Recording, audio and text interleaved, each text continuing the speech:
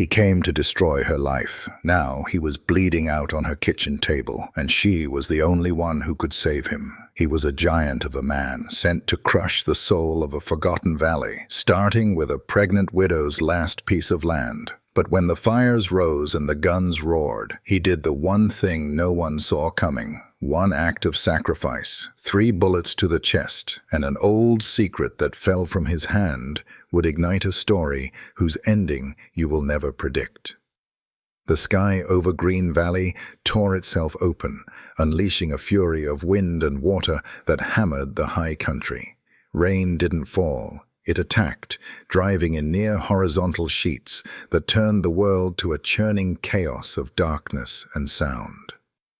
He stood in the heart of it, a giant of a man silhouetted by the single swaying porch light.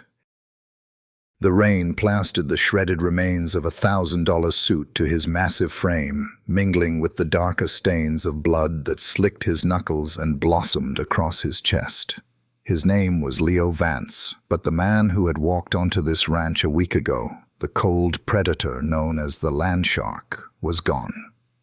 At his feet, 2 men lay in crumpled heaps of denim and leather. They were a problem that had been solved with the kind of brutal finality the storm itself seemed to admire. Their fight was gone, lost to the mud and the violent symphony of the thunder. The screen door creaked open an inch. Through the mesh, the shape of a woman was visible, one hand pressed protectively to the swell of her belly. Fear was a scent in the air, sharp and clean as the ozone, but it was a fear held at bay. She was safe, for now. Leo's breath soared in his chest, each ragged gasp a testament to the cost of that safety. He turned his head slowly, and in the dim, sputtering light, Clara Hayes saw his eyes. The cold, calculating gaze of the man who had come to take her land was gone. In its place was something older, something wild and broken. It was the look of a cornered grizzly that had defended its own and was now simply waiting for the pain to claim it. A shudder racked his body, a tremor that started deep in his bones. His legs, which had held firm against the assault of 2 determined men, finally betrayed him.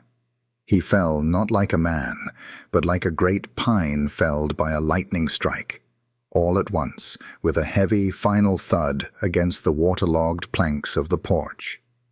As his hand struck the wood, something slipped from his grasp. It wasn't a wallet. It wasn't a weapon. It was a piece of silver, heavy and tarnished, catching the dim light as it skittered across the boards. An old rodeo belt buckle, its intricate engravings worn smooth by years of use, depicting a lone rider on a furious, untamable bull. It spun once, a tiny silver ghost in the storm, before clattering to a stop at the very edge of the doorway, a silent question, left unanswered in the violent night. 1 week earlier, the sun was a merciless hammer over the valley. It beat down on the Miller Ranch, a place where memories were the only crop that still grew in abundance. The house sagged, the fences listed, and the dust seemed to have settled into the very soul of the land. Inside, at a kitchen table worn smooth by the hands of 3 generations, sat Arthur and Eleanor Miller, their faces a roadmap of hardship and quiet dignity. The black rental car that rolled up their driveway was an alien craft, sleek and silent, kicking up a cloud of dust that seemed an insult to the tired earth.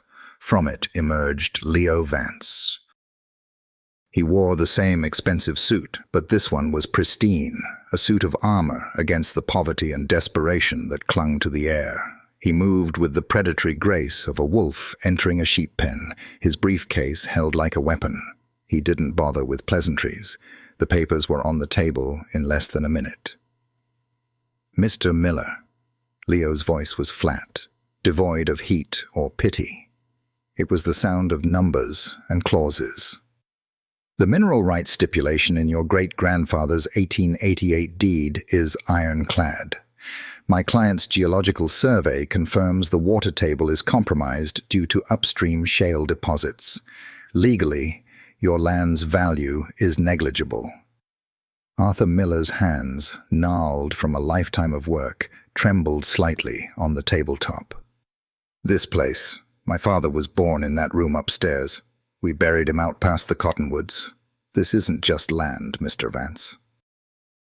It's us." Leo's gaze was fixed on a point just over the old man's shoulder, looking out at the barren fields as if already calculating excavation costs. "The offer is generous, under the circumstances. It's more than you'll get in foreclosure." Eleanor, who had been silent, finally spoke. Her voice was not angry, but brittle with a sorrow so deep it was terrifying. "You look out that window and you see dirt and rock," she said, her eyes boring into him, refusing to let him look away. "We see a lifetime. May God have mercy on whatever it is you see." For a flicker of a second, something shifted in Leo's expression, a crack in the armor, but it was gone as quickly as it came. He pushed the pen across the table. "The signature line, Mr. Miller." He watched the old man's trembling hand sign away his entire history. He took the papers, placed them neatly in his briefcase, and stood. He walked out without another word, without a backward glance. As his car sped away, the fine gray dust of the Miller Ranch settled on his polished shoes, the first indelible stain on the soul of the man who had come to conquer Green Valley. Clara Hayes's ranch was the antithesis of the Millers' place of defeat. Here, life, however fragile, fought back with a stubborn tenacity. The air in her barn wasn't thick with dust and despair, but with the clean, sharp scent of antiseptic, sweet hay, and the warm, earthy smell of the animals she cared for. It was a sanctuary, and she was its fierce, gentle guardian. She moved with a calm economy of motion that belied the advanced stage of her pregnancy. Beside her, a massive quarter horse named Gus lay on a bed of fresh straw, his sides heaving. His owner, a tough-as-nails rancher named Bill Sudine, wrung his hat in his hands, his face pale. "It's colic, Doc. A bad bout. I think we're losing him." Clara didn't answer. She ran a practiced hand along the horse's sweat-slicked belly, her ear pressed to his side, listening to a story only she could understand. Her voice, when she spoke, was a low, steady murmur, as much for the horse as for the man. "Easy now, Gus. Just a bad knot. We'll work it out." For the next hour, she was a whirlwind of quiet competence, administering medication, monitoring his vitals, her presence a steady anchor in the storm of the animal's pain. Finally, the horse gave a great sigh, and the tension in his body eased. Bill Sudine let out a breath he seemed to have been holding for a week. "Doc, I swear, I thought he was a goner. You're a miracle worker." Clara offered a tired but genuine smile, wiping a stray piece of straw from her cheek. "Gus did the hard work, Bill. I just gave him a little push in the right direction." After Bill had left, his gratitude hanging in the air like a prayer, Clara walked to a small, secluded paddock behind the barn. There, a fawn with legs as thin as reeds and eyes like dark pools of liquid trust stood waiting. This was Willow, the last living thing her husband Mike had saved from a wildfire before it took him. She didn't speak. She simply sat on an old log, and the fawn came to her, laying its head in her lap. Her hand rested on the fawn's delicate neck, while her other hand settled on her own belly, where her child stirred. She looked out at the rolling hills, at the towering peaks of the Tetons, standing like silent sentinels against the sky. This land, this clinic, these creatures, they weren't just property, they were a promise Mike had made to the wild, vulnerable heart of the valley, and now it was her promise to keep.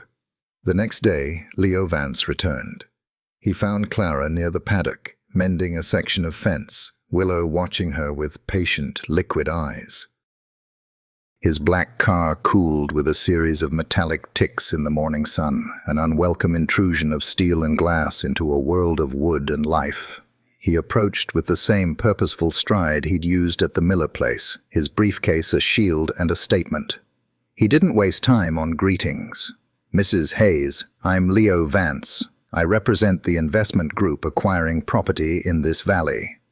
Clara didn't stop her work, twisting a length of wire with a pair of worn pliers. "I know who you are, Mr. Vance. The whole valley knows." Her voice was calm, without accusation, a simple statement of fact. "Then you know my offers are serious," he said, his tone clipped and efficient. He opened the briefcase, revealing a single, immaculately prepared folder. "My client is prepared to offer you $2 million for your 100 acres and all associated structures. The offer is final and expires in 48 hours. It's enough to set you and your child up for life, anywhere you choose." He presented the numbers as if they were an undeniable, conquering force. She finally stopped her work and turned to face him. She didn't look at the papers in his hand. She looked directly at him, her gaze clear and steady, taking in the expensive suit, the powerful frame, and the profound emptiness in his eyes. "No," she said. The word was so quiet, Leo almost thought he'd misheard it. "I don't think you understand, Mrs. Hayes. This is not a negotiation. This is the best, the only offer you will receive." "Oh, I understand perfectly," she said, and for the first time, a flicker of something, pity perhaps, warmed her expression. "You're offering me paper, Mr. Vance. This," she made a small, sweeping gesture that took in the paddock, the barn, the distant, silent peaks, "is real. This land has a memory. It remembers my husband's hands planting those saplings by the creek. It remembers every animal he brought here, broken and terrified, and that he healed. It has a soul." She took a small step closer, her voice dropping, forcing him to lean in. "You have to tell me, Mr. Vance, what does your soul remember?" For the first time since he had set foot in Green Valley, the land shark was silent. His logic, his money, his power, all of it dissolved into nothing under the weight of her simple question. He felt a flush of anger, the frustration of a master strategist whose board had just been swept clean. He snapped his briefcase shut, the sound unnaturally loud in the peaceful morning air. He turned and strode back to his car, leaving the question hanging between them, a ghost that would follow him down the long, dusty road out of her valley.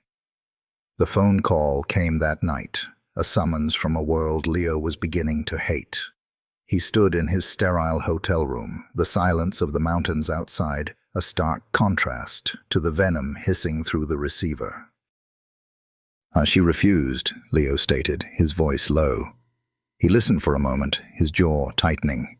"No, it's not about the money. It's complicated." There was another pause, longer this time. "Marcus, don't. There's another way to—" But the line went dead, the dial tone a flat, final judgment. Control had been taken from him. The next morning, the air over Clara's ranch felt different, tainted. She noticed it down by the creek, a place that had always been a source of peace. An unnatural, oily sheen slicked the surface of the water where it pooled by the rocks. A sick, chemical smell, sharp and alien, hung in the air. A few yards downstream, a trout floated belly up, its silver scales dull in the morning light. A cold dread, colder than the creek water itself, washed over her. This was a violation, a desecration of a sacred space. Her first thought was for the animals. She turned and ran, her breath catching in her throat, her body heavy with the child inside her. She scanned the pastures, her heart hammering against her ribs. The horses were fine, the rescued coyote was keeping its distance, but then she saw the small paddock, the one closest to the woods. It was empty. "Willow?" she called out, her voice tight with a rising panic. She found the fawn near the fence line, half hidden in the tall grass. Willow was trembling violently, her thin legs struggling to hold her up. A white foam flecked the corners of her soft mouth, and her dark, trusting eyes were clouded with pain and confusion. As Clara reached her, the fawn let out a soft, bleating cry, a sound of pure agony that tore through the morning's peace and straight into Clara's heart. The fight was no longer about deeds, contracts, or money. It wasn't even about the memory of her husband anymore. It was about this innocent life, deliberately targeted, being destroyed by a faceless, soulless greed. The anger that rose in her was a clean, white-hot flame, burning away the fear. As the sun climbed higher, casting long, ominous shadows across the valley, Clara gathered the trembling, poisoned fawn into her arms and carried her back to the barn. The war had come to her home, and she would fight it alone. Clara fought the poison all through the long, silent night. In the stark, lonely light of the barn, she worked with a desperate focus, an IV drip feeding life-saving fluids into the fawn's fragile body. Willow's breathing was a shallow whisper, her life hanging by a thread so thin it was nearly invisible. Clara murmured to her, a constant, quiet stream of encouragement. "Come on, little one. You're a fighter. You have to be." It was a prayer said to a god she wasn't sure was listening anymore. Miles away, Leo Vance drove aimlessly, the dark Wyoming roads a reflection of his own tormented mind. Clara's question, "What does your soul remember?" echoed in the silence, a relentless counterpoint to Marcus Thorne's implied threats. As he crested a hill, a single point of light cut through the oppressive darkness. Her barn. On an impulse he didn't understand, he pulled over, killing the engine and the headlights, and just watched from the shadows of the roadside pines. He could see her through the wide-open barn doors, a solitary figure leaning over the small, stricken animal. The image struck him with the force of a physical blow, the scent of hay and dust, the quiet dedication, the life-or-death struggle playing out under a single bare bulb. It was a scene from a life he had murdered and buried years ago. For a moment, he wasn't the land shark. He was a boy again, feeling the raw, living power of a horse beneath him, a simple connection to another living being that he had traded for contracts and spreadsheets. Shaken, he drove on, ending up at the only place with lights still on for 50 miles, Hazel's, a diner that smelled of coffee, bacon, and timeless endurance. Hazel herself was behind the counter, a woman with kind eyes that missed nothing, and in a corner booth, laughing over plates of steak and eggs, were Thorne's two thugs. Leo sat at the counter, the coffee Hazel poured for him tasting like ash. The men's voices were loud, arrogant, and impossible to ignore. "Just a little something in the water," the bigger one chortled. "Bet that pet deer of hers is twitching its last by now. Should have taken the money." His partner snickered. "Stubborn woman. They all learn the hard way." The casual cruelty of it, the boastful pride in their dirty work, broke something deep inside Leo. It wasn't a decision. It was an ignition. The coffee cup in his hand grew still. The low murmur of the diner seemed to fade away. He rose from his stool, his immense shadow falling over their booth. The laughter died in their throats. "Problem, boss man?" the big one asked, a sneer on his face. "You think it's funny?" Leo's voice was a low rumble, the sound of rocks grinding together far underground. "What's it to you? We're on the same team." That was the spark. A sudden, violent clarity. "No, we're not." Leo's fist moved in a blur, a piston of pure, unadulterated rage. The sound of the impact was a sickening crack that silenced the entire diner. Before the second man could even push his chair back, Leo was on him. It was over in seconds. It wasn't a fight. It was a reckoning. He stood over their unconscious forms, his chest heaving, his knuckles screaming in protest. Hazel calmly picked up the phone behind the counter, her eyes on Leo. "Sheriff Brody," she said, her voice even. "You'd best get down to my place. Looks like the bull is back in town." The inside of Sheriff Brody's office smelled of old paper, gun oil, and coffee that had been on the burner a little too long. It was a small, cluttered space that felt more like a historian's study than a command center. Leo Vance sat in a worn leather chair that groaned under his weight, a temporary ice pack held to his swelling knuckles. He wasn't in cuffs, but he wasn't free to go either. Sheriff Walt Brody was not an imposing man. He was shorter than Leo by a good foot, with a weathered face and eyes the color of a faded Wyoming sky. His power didn't come from his size, but from a profound stillness, a sense that he had seen every kind of trouble a man could make and was impressed by none of it. He finished his paperwork, slid it neatly into a drawer, and finally turned his full attention to Leo. He didn't speak. Instead, he reached into a filing cabinet and pulled out a worn manila folder. He slid it across the polished surface of his old oak desk. It stopped directly in front of Leo. The name on the tab was stark and clear. Vance, Leo. Leo the Bull Vance, Brody said, his voice a low, even drawl. Star of the circuit for 3 straight years, champion bull rider, snapped your tibia, fibula, and ankle in one nasty fall in Cheyenne. After that, you started breaking different things. He leaned forward, his gaze never leaving Leo's. Ranches, family businesses, people's lives. The diner was personal, Leo said, his voice a low growl. They had it coming. Maybe they did, Brody conceded, a flicker of something that might have been agreement in his eyes. But everything's personal here, son. That's what you city boys never understand. He tapped a finger on the desk. Arthur Miller, the man whose life you tore up yesterday. He helped build the church my wife and I were married in. Clara Hayes. The sheriff's voice softened, but his eyes grew harder. I held her the day she was born. Her husband Mike was the best friend I ever had. He died saving a forest so men like your boss could have something pretty to look at from their hotel windows. Brody stood up and walked to the window, looking out at the quiet main street of his town. So I don't give a damn about your feud with Thorne's hired apes. You can all tear each other apart for all I care. But you're a storm, Vance, a twister that rips up everything it touches, and you've landed in the wrong valley. He turned back, his gaze pinning Leo to the chair. Clara's got a hard enough row to hoe without you bringing your particular brand of trouble to her doorstep. So this isn't the law talking. This is me, the only warning you'll get. Stay away from her. Guilt was a bitter taste in Leo's mouth.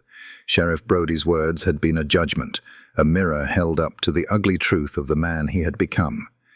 There was nothing left for him here.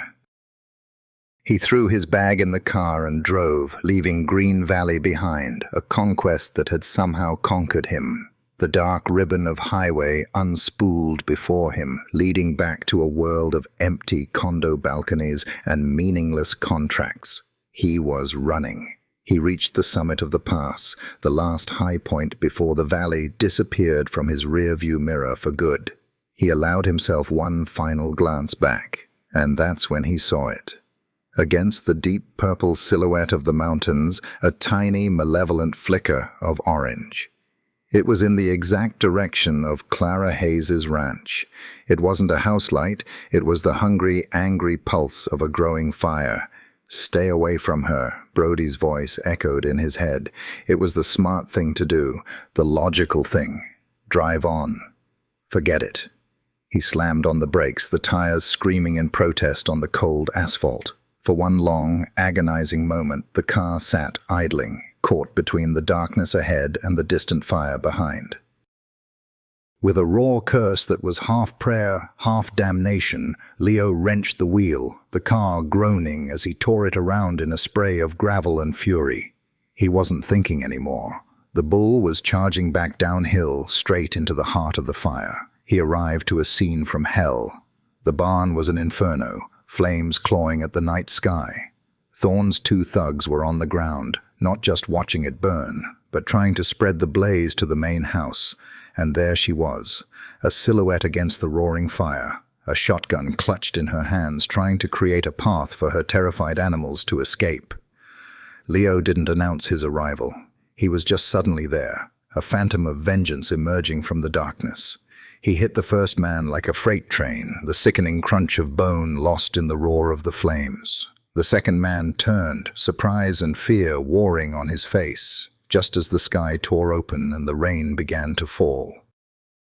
The ground turned to slick, treacherous mud as they fought, a desperate, brutal ballet of fists and fury. It happened in a split second of terrible clarity. One thug, recovering, hurled a flaming torch toward the dry wood of the house porch. At the same instant, the other made a move to slam the heavy barn doors shut, intending to trap Clara inside with the smoke and collapsing timbers. There wasn't time to stop both. What does your soul remember? He made his choice. He ignored the torch arcing toward the house and launched his entire body, all 300 pounds of him, toward the man at the barn. The thug saw him coming, his eyes wide, and he raised his pistol. The shots were deafening pops against the thunder. 1, 2, 3 flashes of white-hot light. Leo felt the impacts like a sledgehammer striking his chest, but his momentum was absolute. He crashed into the man, sending him flying backward, clearing the doorway just as the main beam of the barn roof splintered and fell. He stayed on his feet, swaying in the mud and the rain, just long enough to see Clara was clear. Then the strength fled his body, and the world dissolved into a roaring vortex of pain. For a long moment after the sirens faded and the last of the embers died in the hissing rain, Clara stood frozen. The man who had come to destroy her life lay bleeding out on her porch. Every instinct of self-preservation screamed at her to close the door, to let the consequences of his own violent world claim him. But then she looked down, and she didn't see the land shark. She saw a life spilling into the mud, a heartbeat fading with the receding storm. Her oath, the one she had taken not in a church but in a dusty veterinary school classroom, was not conditional. It was absolute. Getting him inside was a battle in itself. He was a mountain of a man, all dead weight and limp limbs. She strained, her body screaming in protest, using a thick horse blanket as a drag, pulling him inch by painful inch across the threshold and out of the rain. She gritted her teeth, the life inside her a silent partner in the struggle, and finally hauled him onto the floor of her warm, dry kitchen. The kitchen table, the one where she and Mike had shared 1,000 meals, became her operating table. She worked with a grim, practiced urgency, a lifetime of tending to the torn flesh of animals guiding her hands. She laid out her tools on a clean dish towel, not fine surgical steel, but the implements of her trade. A sterilized hemostat, thick suture needles used for stitching up livestock, a sharp scalpel from her kit, and a bottle of cheap whiskey for antiseptic. With a deep breath, she took the scalpel and cut away the ruined, blood-soaked fabric of his expensive suit. The material, a symbol of his power and the world he came from, fell away in sodden strips, revealing the raw, wounded flesh beneath. This was the great equalizer. Underneath the armor of wealth, he was just a man, torn and bleeding like any other creature. She was no longer the victim. She was the veterinarian, and he was her patient. She worked under the steady hum of the refrigerator. The probe searching for the first bullet was a slow, agonizing process. She felt the sickening scrape of metal on lead deep in his shoulder. Her hands, usually so steady, trembled as she clamped the hemostat and pulled. The bullet dropped into a metal bowl with a heavy, final clink. The second was lodged in his side, a shallow wound that was bleeding profusely. The third had been stopped by something hard in his breast pocket, leaving a ghastly purple bruise over his heart. She cleaned the wounds with whiskey, stitched them closed with the same thick, steady movements she would use on a horse gashed by barbed wire. Her work was not elegant, but it was strong. It was meant to hold. Hours later, as the first hint of a bruised dawn appeared in the east, it was done. The bullets were out. The bleeding had stopped. He was alive, his breathing a shallow but steady rhythm in the quiet kitchen. Clara slumped into a chair, utterly spent, her hands shaking, her arms smeared with his blood. She looked at the unconscious giant on her table and wondered what in God's name she had just done. The fever took hold of him as the new day bled into night. It was a vicious, consuming heat that burned from the inside out, turning his powerful body into a furnace of pain. Clara had managed to move him to a makeshift bed on her living room sofa, and she kept a steady vigil, changing bandages, forcing water between his cracked lips, and listening. The storm outside had passed, but the one raging inside Leo Vance was just beginning. He began to mutter, his voice a rough, broken thing. At first, it was just fragments, the ghost words of a life she couldn't comprehend. Cheyenne, 8 seconds. Pendleton. Then, a name, spoken with a strange mix of fear and reverence. Redemption. As the hours wore on, the fragments coalesced into a memory, and he began to live it again, right there in front of her. His body tensed, his good leg kicking out against the confines of the sofa. Hung up. Ropes caught. Can't get free. He groaned, his eyes squeezed shut, sweat beading on his forehead. Easy now, Red. Easy, boy. The pain in his voice was not from the fresh bullet wounds. It was an older, deeper agony, the phantom limb of a life that had been amputated. Then the tone of his voice changed. The fear gave way to a pleading, almost boyish whimper. Dad, I'm sorry. I tried to. His face crumpled, and then, in a terrifying shift, it hardened. He spoke again, but now it was a broken imitation of another man's voice, a cruel baritone dripping with contempt. Broke you? I told you that bull would break you. A son of mine doesn't get broken. Clara froze, the damp cloth in her hand forgotten. In that single brutal sentence, she understood everything, the suit of armor, the cold, dead eyes of the land shark, the relentless drive to conquer and acquire. It was all just a desperate, lifelong attempt to prove that ghost wrong. He wasn't a predator. He was prey, and he had been running his entire life. A profound and aching sadness washed over her, an empathy so powerful it almost brought her to her knees. She gently placed the cool cloth on his forehead, her touch no longer just that of a doctor, but of something more. Later, as the fever ebbed, his eyes fluttered open. They were glassy and unfocused, but for a moment he seemed to see her, a calm presence in the lamplight. In the quiet intimacy of the room, surrounded by the evidence of his violence and her mercy, Clara felt her own carefully constructed walls begin to crumble. She looked at this powerful man, so utterly shattered, and heard herself whispering her own secret fear into the stillness. He was so brave, she said softly, her hand resting on her belly. Mike, your father. She corrected herself, realizing she was speaking to the child within. I'm just so scared you'll never know what a good man he was. It wasn't a conversation. It was 2 confessions passing in the night. Leo's eyes drifted shut again, a single tear tracing a path through the grime on his temple before he fell into a deeper, more peaceful sleep. Clara sat back, continuing her watch. She was no longer just tending to a wounded enemy. She was keeping vigil with a fellow survivor, another soul scarred by a world that takes too much. 2 days passed in a haze of unspoken truces. Leo's fever was gone, replaced by a sullen weakness that chafed at his pride. He was conscious, able to sit up, his massive frame a brooding presence in Clara's small living room.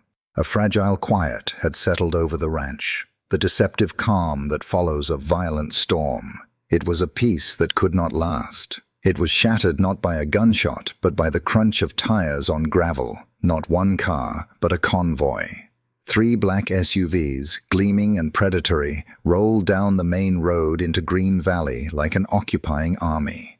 They were city machines, out of place and obscene against the quiet dignity of the mountains.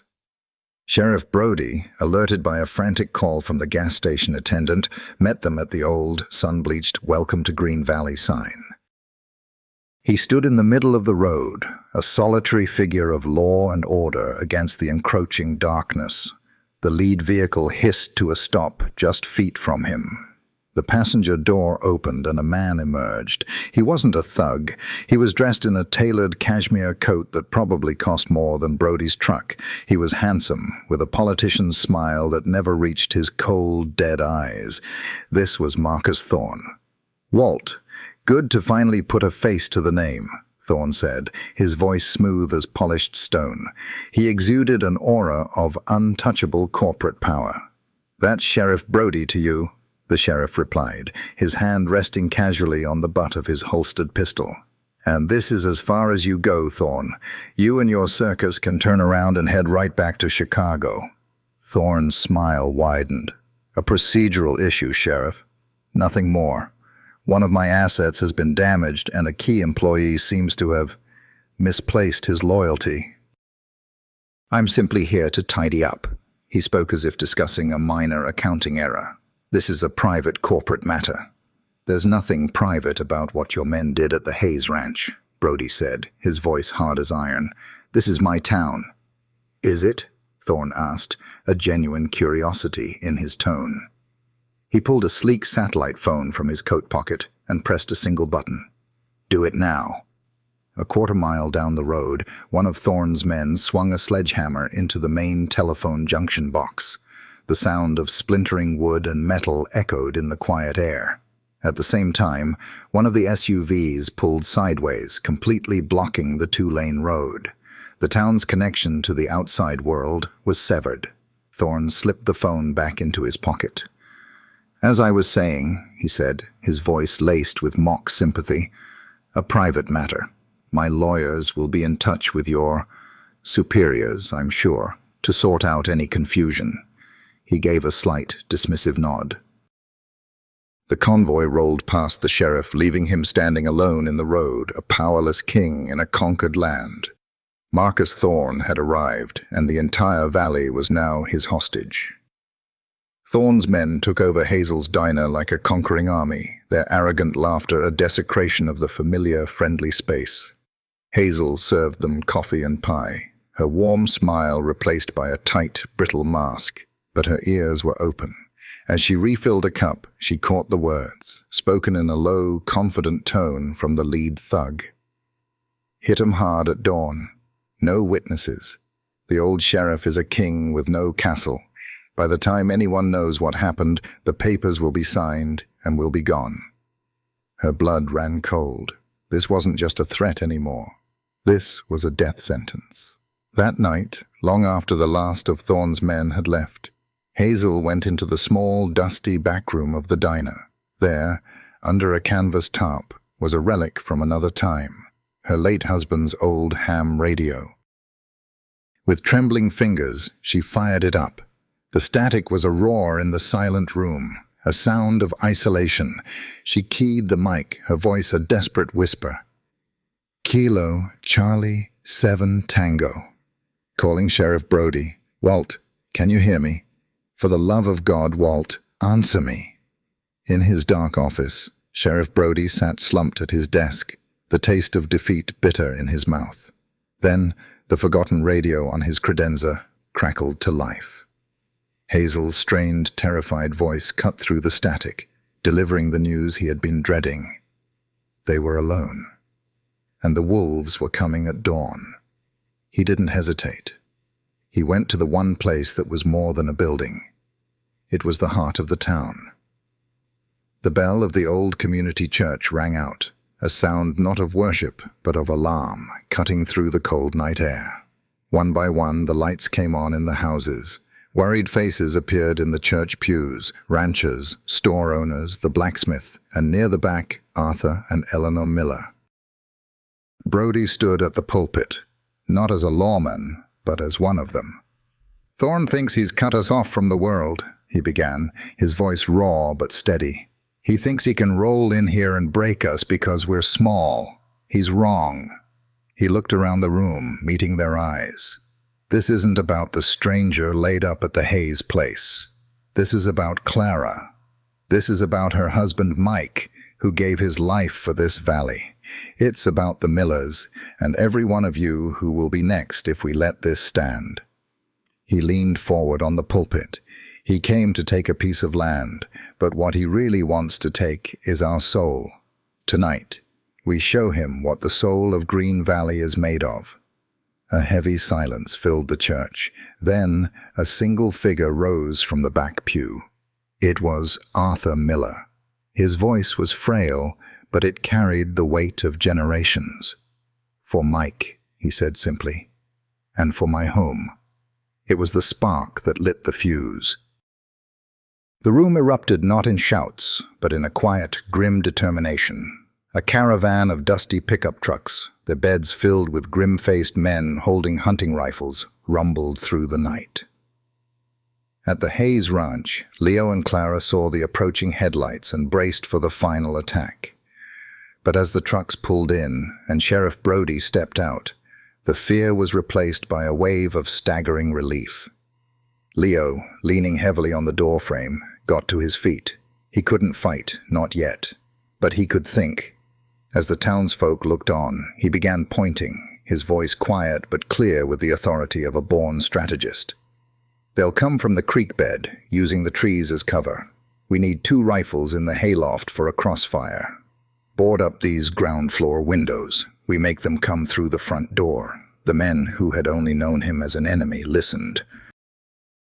In the cold, dark hours before dawn, the small ranch was transformed into a fortress, a defiant outpost of a community that refused to be broken. The attack came with the dawn, not with a shout, but with the sharp, clean crack of a single rifle shot that shattered the morning's peace. Then the world erupted. Muzzle flashes lit up the pre-dawn gloom from the hayloft and the barn windows. The townsfolk, hidden behind trucks and water troughs, returned fire. Wood splintered, glass shattered, and the air filled with the cordite sting of battle. Green Valley was holding its own. Inside the house, Leo was coordinating the defense, his voice a low growl, when a different sound cut through the chaos. A sharp, strangled cry from Clara. He turned to see her clutching the kitchen table, her face pale, her knuckles white. A dark stain was spreading on the floorboards at her feet. "Leo," she gasped, her voice tight with a pain that had nothing to do with the battle outside. "It's time." "The baby's coming." His blood ran cold. The ultimate complication had arrived in the heart of the storm. As he helped her toward the relative safety of the bedroom, no one saw the shadow detach itself from the chaos outside. Marcus Thorne, moving with the slick efficiency of a viper, found the one weak point they had missed, a small cellar window at the back of the house. He slipped inside, not a soldier, but an assassin, his face a mask of cold fury. He was there to liquidate his failed investment. Leo was in the hallway when Thorne appeared, a pistol held steady in his hand. "You just couldn't walk away, could you, Leo?" Thorne sneered, his voice dripping with venom. "Always had to play the hero, even when you're broken." Thorne's first shot went wide as Leo, with a roar of pure instinct, charged him. The pistol clattered across the floorboards. It was no longer a battle of business or bullets. It was primal. They crashed against the wall, a brutal explosion of desperate violence. Thorne was faster, fueled by rage and betrayal. Leo was a giant, wounded but fighting with the ferocity of a man who had finally found something worth dying for. The house became a battleground of its own. The thud of fists on flesh, the splintering of furniture, the ragged, desperate gasps for air, all of it was a brutal counterpoint to the sounds coming from the bedroom. From behind the closed door came Clara's cries, not of fear, but of a profound, life-giving agony. The sound of destruction and the sound of creation became one terrible, beautiful symphony. Thorne gained the upper hand, his younger, uninjured body giving him the edge. He had Leo on the floor, his hands clamped around Leo's throat. "You were nothing before me," Thorne screamed, his face inches from Leo's. "Just a washed-up cowboy with a broken leg and a broken spirit." Just then, a cry from the bedroom cut through the air, sharper and more powerful than any before. It was a sound of ultimate effort, of life itself tearing its way into the world. It struck Leo like a lightning bolt. He wasn't the broken cowboy anymore. He was a protector. With a final explosive surge of strength drawn from a well he didn't know he possessed, he reversed the hold. The fight ended not with a gunshot, but with a choked gasp and the heavy thud of Thorne's unconscious body hitting the floor. Leo staggered to his feet, his body screaming, his vision blurring. The gunfire outside was starting to subside. He stumbled toward the bedroom door, and as his hand touched the wood, the sound from within changed. The cries of pain ceased, replaced by the first shocking, miraculous wail of a newborn child. Leo stood there, leaning his full battered weight against the bedroom door, the wood cool against his feverish skin. The sounds of battle outside had faded to a murmur, replaced by the impossible, life-affirming cry from within the room. He didn't move. He just listened. The door opened a moment later, and Sheriff Brody stood there, his shotgun held low, his face grim. He took in the scene in a single, sweeping glance. Thorne, unconscious on the floor. Leo, looking like a ghost held up by willpower alone, and the undeniable sound of a new life drawing its first breath. Brody's hard face softened. "It's over, Leo," he said, his voice rough with emotion. "We got him. It's over." The snows came and went that winter, a long, quiet season of healing. They fell on the charred bones of the old barn and covered the scars on the land, a soft, white blanket of forgiveness. And when the thaw came, it revealed the green shoots of new life pushing up through the ashes. Spring found Leo Vance not in a suit, but in worn denim and scuffed work boots. He was leaner, harder, the last of the city softness baked out of him by the Wyoming sun. He was helping to string a new line of barbed wire, his powerful hands working with a slow, careful rhythm. To his right was Sheriff Walt Brody, and to his left, hammering in a post, was Arthur Miller. "Hand me that wire stretcher, son," Miller said, his voice raspy but steady. The word hung in the clean mountain air, son. It was not a word Leo had heard spoken with kindness in a lifetime. It was a quiet pardon, a mending of something far more broken than a fence line. Leo passed him the tool, and the old man gave him a short, firm nod. An understanding passed between them that required no other words. "Never figured you for a ranch hand, Vance," Brody said later, wiping sweat from his brow. Leo looked out at the valley, at the land he had come to conquer. "Neither did I," he said, his voice quiet. Funny what you can find when you finally stop looking for all the wrong things. As the sun began to dip behind the Tetons, painting the sky in strokes of fire and gold, the other men headed home. Leo walked back toward the ranch house. The scars of the fire were still visible if you knew where to look, but new, unpainted wood gleamed in the evening light. It was a house that had been through a war and had survived, stronger for it. She was on the porch swing, the one the whole town had helped rebuild. Clara was humming a soft lullaby to the small bundle nestled in her arms. She looked up as he approached, and her smile was all the welcome a man could ever need. He sank down onto the swing beside her, the movement easy and familiar. He looked down at the sleeping face of his son, Michael, and felt a peace so profound it almost brought him to his knees. He had come to this valley to claim a piece of land, a set of coordinates on a map worth a fortune in dollars. He had failed. Instead, in the fire and the storm, in the blood and the tears, he had found something of infinitely greater value. He reached out, his calloused finger gently tracing the curve of his son's cheek. He looked at Clara, at the home they had defended and were now rebuilding together, and for the first time in his adult life, Leo Vance smiled. It wasn't the predatory grin of the land shark. It was the quiet, bone-deep and genuine smile of a man who was finally home. And so, in the quiet dawn of Green Valley, a family was born, and a soul found its way home. But it leaves us with one question.